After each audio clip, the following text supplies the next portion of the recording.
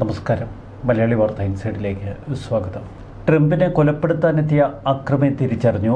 31-കാരനായ call Thomas Allen. ഇയാളെ പിടികൂടുന്നതിന്റെ ചിത്രങ്ങൾ പുറത്തുവന്നതിന് പിന്നാലെ ഒട്ടനവധി ചോദ്യങ്ങൾ ബാക്കിയാവുന്നു.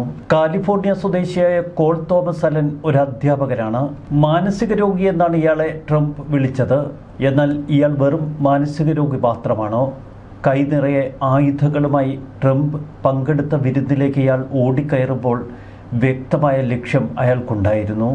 അമേരിക്കയെ സംബന്ധിച്ച് വലിയൊരു ചോദ്യമാണ്. പ്രസിഡന്റിന്റെ പോലും സുരക്ഷയൊരുക്കാൻ അമേരിക്കൻ രഹസ്യാന്വേഷണ വിഭാഗത്തിന് കഴിയുന്നില്ലേ?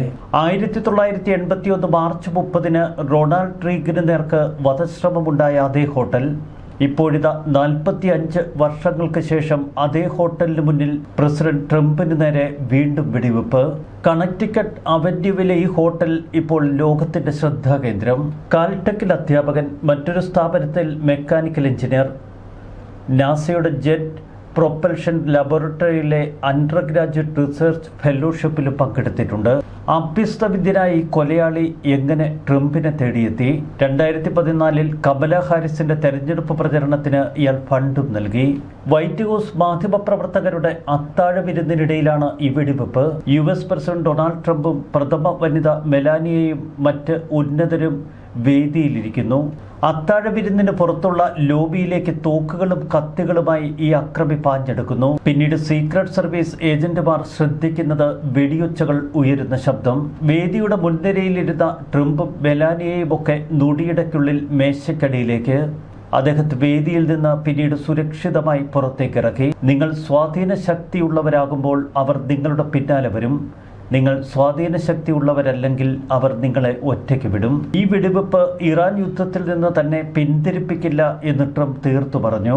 ഇറാനിലെ യുദ്ധം ജയിക്കുന്നതിൽ നിന്ന് എന്നെ തടയാൻ ഇത് കാരണമാകില്ല. വെടിവെപ്പുകാരനെ ട്രംപ് അഭിസംബോധന ചെയ്തത് ഒറ്റ ചെന്നായ് എന്ന് വിളിച്ചുകൊണ്ട്.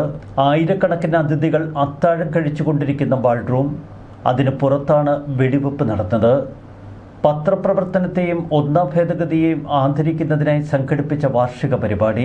പ്രോഗ്രാം ആരംഭിച്ച മിനിറ്റുകൾക്കുള്ളിൽ അത് തടസ്സപ്പെടുന്നു.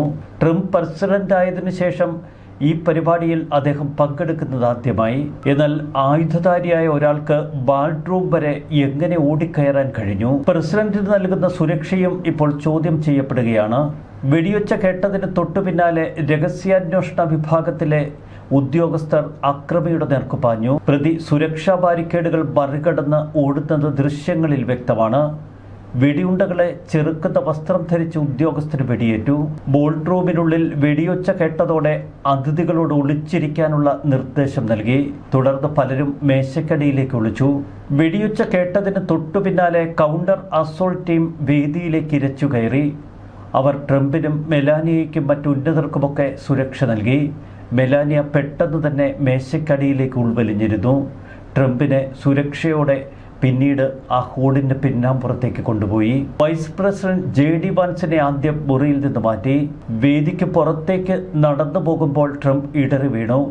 പിന്നീട് അദ്ദേഹത്തിന്റെ സുരക്ഷാ ഉദ്യോഗസ്ഥർ സഹായത്തിനെത്തി. ഹോട്ടലിലെ സുരക്ഷിതമായ ഒരു പ്രസിഡൻഷ്യൽ സ്യൂട്ടിൽ പിന്നീട് ട്രംപിനെ താമസിപ്പിച്ചു. പിന്നീട് എല്ലാം സാധാരണ നിലയിലേക്ക് മടങ്ങി എന്ന് ട്രംപ് മനസ്സിലാക്കി.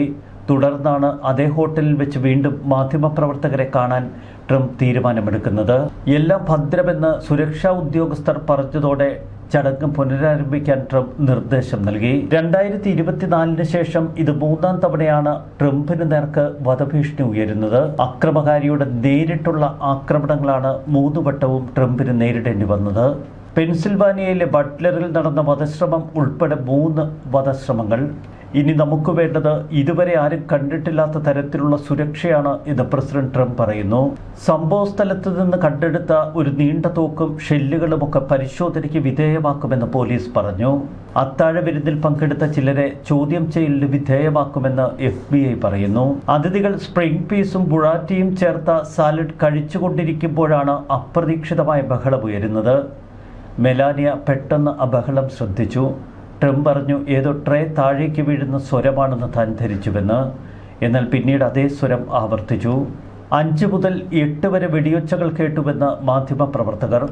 നൂറുകണക്കിന് അതിഥികൾ പെട്ടെന്ന് മേശക്കടിയിലേക്ക് ഉൾവലിഞ്ഞു. രഹസ്യാന്വേഷണ വിഭാഗവും മറ്റ് ഉദ്യോഗസ്ഥരുമൊക്കെ പെട്ടെന്ന് ബാൾറൂമിലേക്ക് ഇരച്ചു കയറി. അപകടകരമായത് എന്തോ സംഭവിക്കുന്നു എന്ന് അതിഥികൾ തിരിച്ചറിഞ്ഞു. സർ, വഴിയിൽ നിന്ന് മാറൂ, ആരോ ഉദ്യോഗസ്ഥർ അലറി. തുടർന്ന് പ്രസിഡന്റിനെ സ്റ്റേജിന് പുറത്തേക്ക് കൊണ്ടുപോകുമ്പോൾ ഒരു മൂലയിൽ നിന്ന് ദൈവം അദ്ദേഹത്തെ അനുഗ്രഹിക്കട്ടെ എന്നാരോ വിളിച്ചു പറയുന്നു. ദൈവം അമേരിക്കയെ അനുഗ്രഹിക്കട്ടെ എന്നാരോ ഉറക്കെ പറയുന്നതും ദൃശ്യങ്ങളിൽ വ്യക്തമാണ്. ഹോട്ടലിന് പുറത്ത് നാഷണൽ ഗാർഡിലെ അംഗങ്ങൾ, മറ്റുദ്യോഗസ്ഥർ, ഹെലികോപ്റ്ററുകൾ ആ ഹോട്ടലിന് മുകളിൽ വട്ടമിട്ട് പറക്കുന്നു. പിന്നീട് ചടങ്ങ് പുനരാരംഭിച്ചപ്പോൾ ഹൗസ് സ്പീക്കർ മൈക്ക് ജോൺസണും ഭാര്യ കെല്ലിയും ഈ പ്രോഗ്രാമിൽ പങ്കെടുക്കുന്നു. അവർ പറഞ്ഞു, ഇന്ന് രാത്രി നമ്മുടെ രാജ്യത്തിനായി നമുക്ക് പ്രാർത്ഥിക്കാം. ട്രംപ് എന്ത് പ്രതികരണം നൽകും എന്നതറിയാൻ നൂറുകണക്കിന് പ്രമുഖ പത്രപ്രവർത്തകരും സെലിബ്രിറ്റികളും പെട്ടെന്ന് തടിച്ചുകൂടി. ആളുകളോട് ഉടൻ തന്നെ പുറത്തിറങ്ങാനുള്ള നിർദ്ദേശമാണ് ഉദ്യോഗസ്ഥർ ആദ്യം നൽകിയത്. എന്നാൽ പെട്ടെന്ന് തന്നെ തിരികെ പ്രവേശിക്കാനും അനുവാദം നൽകി. നാഷണൽ ഗാർഡിലെ അംഗങ്ങൾ കെട്ടിടത്തിനുള്ളിൽ പല പോയിന്റുകളിൽ സ്ഥാനം പിടിച്ചു. ഹോട്ടലിന് പുറത്തെ സുരക്ഷ അതിശക്തമാക്കി. സാധാരണയായി വർഷങ്ങളായി അത്താഴ വിരുന്ന് നടക്കുന്നത് ഇത് ഹിൽട്ടൺ ഹോട്ടലിൽ വെച്ച്. കറസ്പോണ്ടന്റുകളുടെ അത്താഴ സമയത്ത് പതിവ് അതിഥികൾക്ക് വേണ്ടി ഹോട്ടൽ തുറന്നിട്ടിരിക്കും. ഹോട്ടലിൽ ഏറ്റവും സുരക്ഷയൊരുക്കുന്നത് ബോൾട്ട് റൂമിലാണ്. അതുകൊണ്ടാണ് ബോൾട്ട് റൂമിലേക്ക് അക്രമി കടക്കുന്നതിന് മുൻപ് തന്നെ അക്രമിയെ കീഴ്പ്പെടുത്താൻ പോലീസിന് കഴിഞ്ഞത്. ബോൾട്ട് റൂമിലേക്ക് അത്താഴത്തിനായി കടന്നുവരാത്തവരെ പരിശോധിക്കുന്നത് വളരെ കുറവാണ്. ഈ കഴിഞ്ഞ വർഷങ്ങളിൽ ഇത് ലോബിയിലും മറ്റ് പൊതു ഇടങ്ങളിലുമൊക്കെ തടസ്സങ്ങൾക്ക് ഇടവരുത്തി.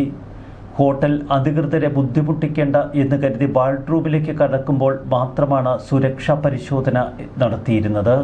എന്നാൽ ഹോട്ടലിന് പുറത്ത് പലരും പ്രതികരണവുമായി എത്തി.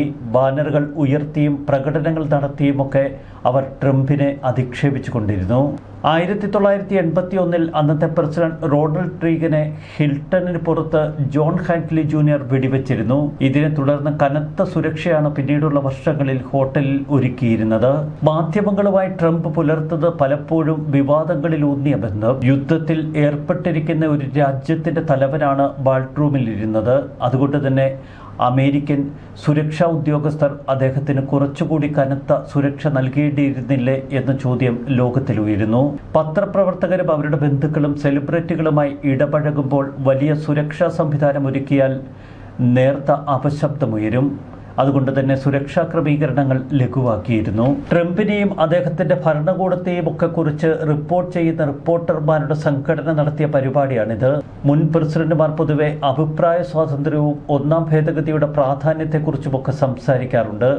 വ്യക്തിഗത പത്രപ്രവർത്തകരെക്കുറിച്ച് ചില വിമർശനങ്ങളും മുൻ പ്രസിഡന്റുമാർ ഉയർത്തിയിട്ടുണ്ട്. ഇത്തരമൊരു ഘട്ടത്തിൽ ട്രംപിന്റെ പ്രതികരണം എന്തായിരിക്കും എന്ന ആകാംക്ഷയോടെയാണ് പത്രപ്രവർത്തകർ നോക്കി നിന്നത്. ഹെയിൽ ടു ദി ചീഫ് എന്ന ഗാനത്തോടെ ട്രംപ് വാഷിംഗ്ടൺ ഹിൽട്ടണിലെ വിരുന്ന് ഹാളിലേക്ക് പ്രവേശിക്കുന്നു. വേദിയിൽ പ്രമുഖ പത്രപ്രവർത്തകരെ അഭിവാദ്യം ചെയ്തു. White House press secretary Karoline ലിവറ്റിനെ സന്തോഷത്തോടെ വിരൽ ചൂണ്ടി പ്രശംസിക്കുകയും ചെയ്തു ട്രംപ്. പരിപാടിക്ക് മുന്നോടിയായി ഹോട്ടലിന് മുന്നിൽ ഡസൻ കണക്കിന് പ്രതിഷേധക്കാർ തടിച്ചുകൂടിയിരുന്നു. സമാധാന ചർച്ചയ്ക്കായി ശനിയാഴ്ച US പ്രതിനിധികൾ എത്തും മുൻപേ പാകിസ്ഥാൻ സന്ദർശനം അവസാനിപ്പിച്ച് ഒമാനിലേക്ക് പോയിരുന്നു ഇറാൻ വിദേശകാര്യമന്ത്രിയും സംഘവും. എന്നാൽ അവർ പെട്ടെന്ന് തന്നെ ഇസ്ലാമാബാദിലേക്ക് പിന്നീട് തിരിച്ചെത്തി. റഷ്യയിലേക്ക് പോകുന്നതിന് മുൻപായി അബ്ബാസ് അരാഗ്ചി വീണ്ടും പാകിസ്ഥാനിലെത്തുമെന്ന് ഇറാന്റെ ഔദ്യോഗിക വാർത്താ ഏജൻസി തന്നെയാണ് പുറത്തുവിട്ടത്. യുദ്ധം അവസാനിപ്പിക്കുന്ന വിഷയങ്ങളിൽ തങ്ങൾക്ക് പറയാനുള്ളത് പാകിസ്ഥാനോട് പറയും എന്നാണ് ഇറാന്റെ നിലപാട്. എന്നാൽ പാകിസ്ഥാനോട് നേരിട്ട് പറഞ്ഞിട്ട് കാര്യമില്ല. തങ്ങളുടെ പ്രതിനിധികൾ, ഇറാൻ പ്രതിനിധികൾ ഇസ്ലാമാബാദിൽ തങ്ങൾക്ക് വേണ്ടി കാത്തിരിക്കുകയാണെങ്കിൽ വരും എന്നാണ് ട്രംപ് പറഞ്ഞത്. ഇറാൻ നേരിട്ട് ചർച്ചയ്ക്ക് തയ്യാറാകാത്തതിനെ തുടർന്ന് പാകിസ്ഥാനിലേക്കുള്ള US പ്രതിനിധികളുടെ യാത്ര പ്രസിഡന്റ് ട്രംപ് റദ്ദാക്കിയിരുന്നു. ഡൊണാൾഡ് ട്രംപിന് നേർക്ക് നടന്ന ആക്രമണത്തിന് പിന്നിൽ ഇറാന്റെ ഏതെങ്കിലും തലത്തിലുള്ള പങ്കുണ്ടോ എന്നിപ്പോൾ വ്യക്തമല്ല. US സീക്രട്ട് സർവീസും മെട്രോപൊളിറ്റൻ പോലീസ് ഡിപ്പാർട്ട്മെന്റും ഈ സംഭവത്തെക്കുറിച്ച് അന്വേഷിച്ചു വരികയാണ് എന്ന് ട്രംപ് വ്യക്തമാക്കി. ഒരു ഷോട്ട് ഗൺ, ഒരു ഹാൻഡ് ഗൺ, നിരവധി കത്തികൾ എന്നിവ ആയുധധാരിയായ ഈ അക്രമിയുടെ കയ്യിൽ നിന്ന് പിടിച്ചെടുത്തു. ഒട്ടേറെ സുരക്ഷാ സംവിധാനങ്ങൾ ഒരുക്കിയിരുന്ന ഒരു മേഖലയിൽ വെച്ചാണ് ഇപ്പോൾ ഒരു സുരക്ഷാ ഏജന്റിന് അക്രമി അരികിൽ നിന്ന് വെടിയുതിർത്തത്. സുരക്ഷാ ഉദ്യോഗസ്ഥർ വേഗത്തിലും ധീരമായും പ്രവർത്തിച്ചു. വെടിവെച്ചയാളെ അവർ പെട്ടെന്ന് തന്നെ പിടികൂടി. ട്രംപിന്റെ പ്രതികരണം വ്യക്തമാണ്. അക്രമിയെ പിടികൂടി എന്ന് ട്രംപ് ആവർത്തിച്ചു പറയുന്നു. പിടിയിലായ പ്രതി നിലവിൽ ഒറ്റപ്പെട്ട അക്രമിയാണ് എന്ന ധാരണയാണ് പോലീസിന്. ഇനി ഏതെങ്കിലും ഗൂഢാലോചനയുടെ ഭാഗം ഇതിന് പിന്നിലുണ്ടോ എന്നവർ പരിശോധിക്കുന്നു. അമേരിക്കയും ഇറാനും തമ്മിൽ നടക്കുന്ന യുദ്ധവുമായി ഈ ആക്രമണത്തിന് എന്തെങ്കിലും ബന്ധമുണ്ടോ എന്നതിനെക്കുറിച്ച് അമേരിക്ക ഇതുവരെ പ്രതികരണമൊന്നും നടത്തിയിട്ടില്ല. നിയമപാലകരുടെ പെട്ടെന്നുള്ള പ്രതികരണത്തിന് താൻ നന്ദിയുള്ളവനാണ് എന്ന് ട്രംപ് പറയുന്നു. വൈറ്റ് ഹൗസ് കറസ്പോണ്ടൻസ് അസോസിയേഷൻ 100 വർഷത്തിലേറെയായി സ്പോൺസർ ചെയ്യുന്ന ഒരു വാർഷിക പരിപാടിയാണ് വൈറ്റ് ഹൗസ് കറസ്പോണ്ടൻസ് ഡിന്നർ.